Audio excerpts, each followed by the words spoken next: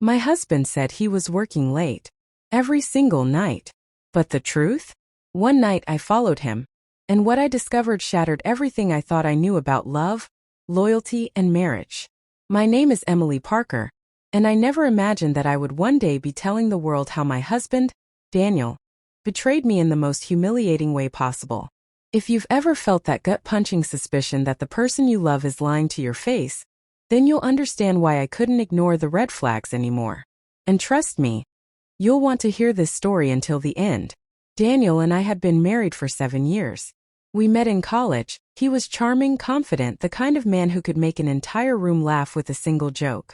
I fell for him fast, and for a long time I thought he was everything I ever wanted. We built a life together, our first apartment, our little routines, Friday movie nights, late-night walks. He was my best friend, my partner, my family. But slowly, things began to change. It started with the little things. He began working late more often. At first, I didn't question it. Daniel was ambitious, climbing the corporate ladder, and I wanted to believe in him. But then late nights turned into nearly every night. He'd come home past midnight, smelling faintly of cologne that wasn't his usual, with excuses that felt rehearsed. Big project at work, Don't wait up. First, I wanted to believe him. I wanted to be the supportive wife, the one who didn't nag or doubt.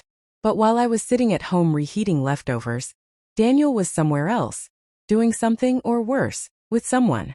One night I prepared his favorite dinner. Roasted chicken with garlic butter. I lit candles, set the table, and waited. The food got cold. My texts went unread. He finally stumbled in close to midnight, tie loosened, hair messy, and when I asked why he hadn't come home earlier, he kissed my forehead and said, "I told you, baby. Work. It's all for us. One day you'll thank me." But there was no warmth in his kiss. No honesty in his eyes. The next day I met my friend Claire for coffee. Claire raised an eyebrow when I told her Daniel had been working late again. "Emily," she said carefully, "don't you think it's odd? Men who are loyal. They come home. They make time. You deserve answers." Her words hit me hard, but I brushed them off. Claire didn't know Daniel the way I did. Or maybe she did and I just didn't want to admit the truth. The turning point came 2 weeks later. It was a Friday night. Daniel claimed he had an urgent client dinner. But when I called his office around 8 p.m., the receptionist casually mentioned, "Oh, Daniel? He left hours ago." My heart sank.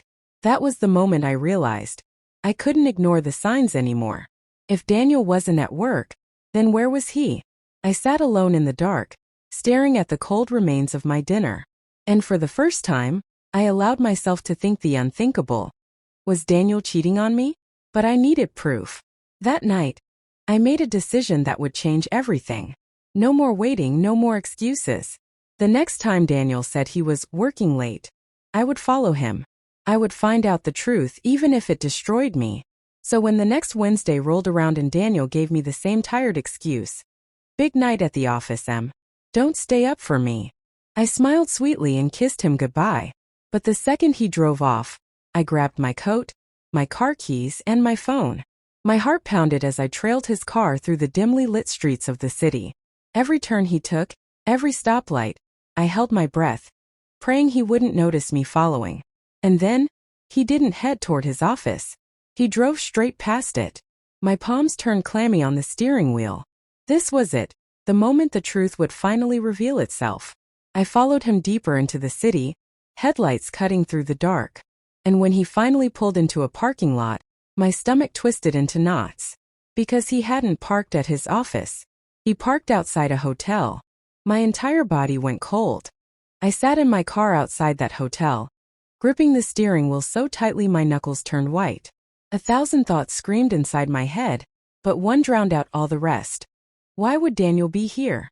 Business dinners didn't happen at hotels. Meetings didn't require hiding your location from your wife. My heart hammered in my chest as I watched him step out of his car.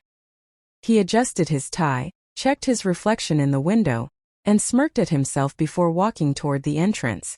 That smirk, the one he hadn't shown me in months, stabbed me straight in the gut. I could have driven away, pretended I didn't see it, told myself it was innocent. But I couldn't. Not anymore. I pulled my hood over my head, slipped out of my car and followed him inside. The lobby was glowing with warm lights, filled with couples laughing, the smell of expensive perfume and wine lingering in the air. Daniel walked with purpose like a man who belonged there. I stayed a few steps behind, my hands shaking so badly I had to shove them in my pockets. He approached the restaurant connected to the hotel. My eyes tracked every move, my stomach turning with each step he took. And then he stopped, because she was already there. Sitting at a table by the window was a woman I knew too well. Long auburn hair, sparkling earrings, a laugh that used to echo in my own kitchen. Sophie Miller. My friend. My friend. For a moment, I thought I was hallucinating. Sophie was supposed to be engaged to Ethan Brooks, one of Daniel's old college buddies.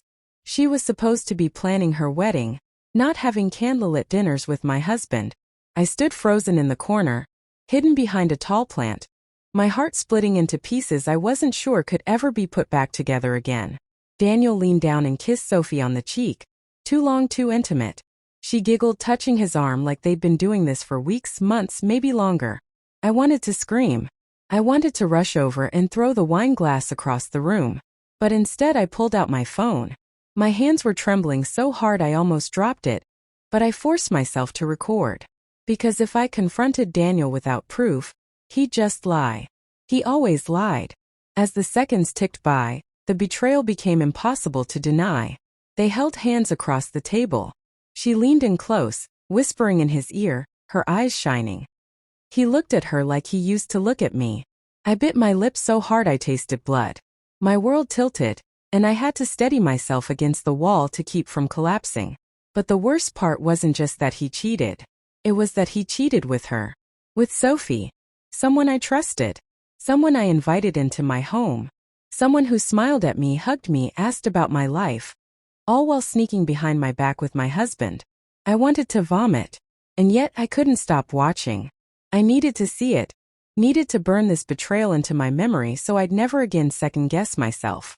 After an hour of whispered conversations and stolen touches, Daniel walked Sophie to the elevator.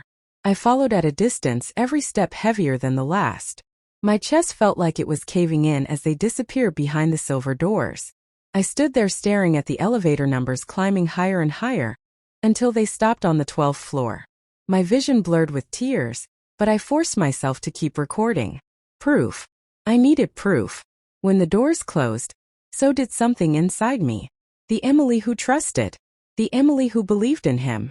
She died in that moment. I stumbled back outside, gasping for air, my body trembling uncontrollably. The city lights blurred into streaks as I drove home, every second replaying the image of Daniel's hand on Sophie's waist. I barely remember crawling into bed. The sheets smelled like him, and for the first time it made me sick. I cried until I couldn't breathe, then stared at the ceiling, hollow and broken. The next morning, Daniel walked into the kitchen whistling, like nothing happened. He kissed the top of my head and asked if I'd made coffee. The audacity. The rage that boiled inside me nearly spilled over right then. But I bit my tongue. Because now I had proof. I smiled faintly, pretending to be tired. Of course, honey. Long night at the office. He smirked, sliding into his chair. Yeah, you know how it is. Yes. Now I knew exactly how it was. All day I replayed my options. Confront him? Scream? Throw him out. But rage alone wasn't enough for me anymore. Not for what he'd done. He thought he was clever. He thought he was untouchable. But Daniel Parker had no idea who he was really dealing with.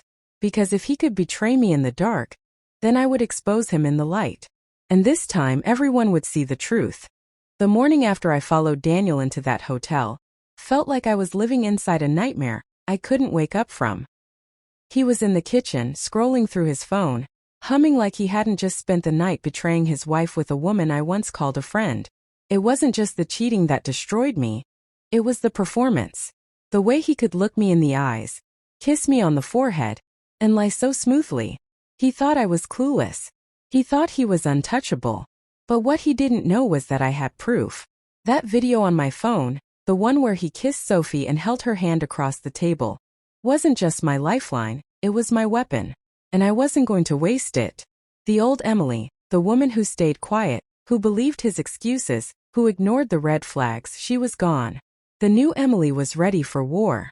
But war requires strategy. And my revenge? It had to be devastating. For the next few days, I played the part of the perfect wife. I cooked his favorite meals, I smiled when he spoke, I even laughed at his half-hearted jokes. Inside, though, I was studying him. I was watching every move, every word, planning the exact moment I'd pull the rug out from under him. And then, fate handed me the perfect stage. Daniel's company was hosting its annual charity gala. A black tie event attended by executives, clients, and families. Daniel was obsessed with it every year. He bragged about being one of the faces of the company, about the image he had to maintain. His boss, his coworkers, even board members would all be there. If I wanted to shatter his reputation, if I wanted Sophie to see exactly who she had entangled herself with, that gala was where it would happen. I spent the next week preparing.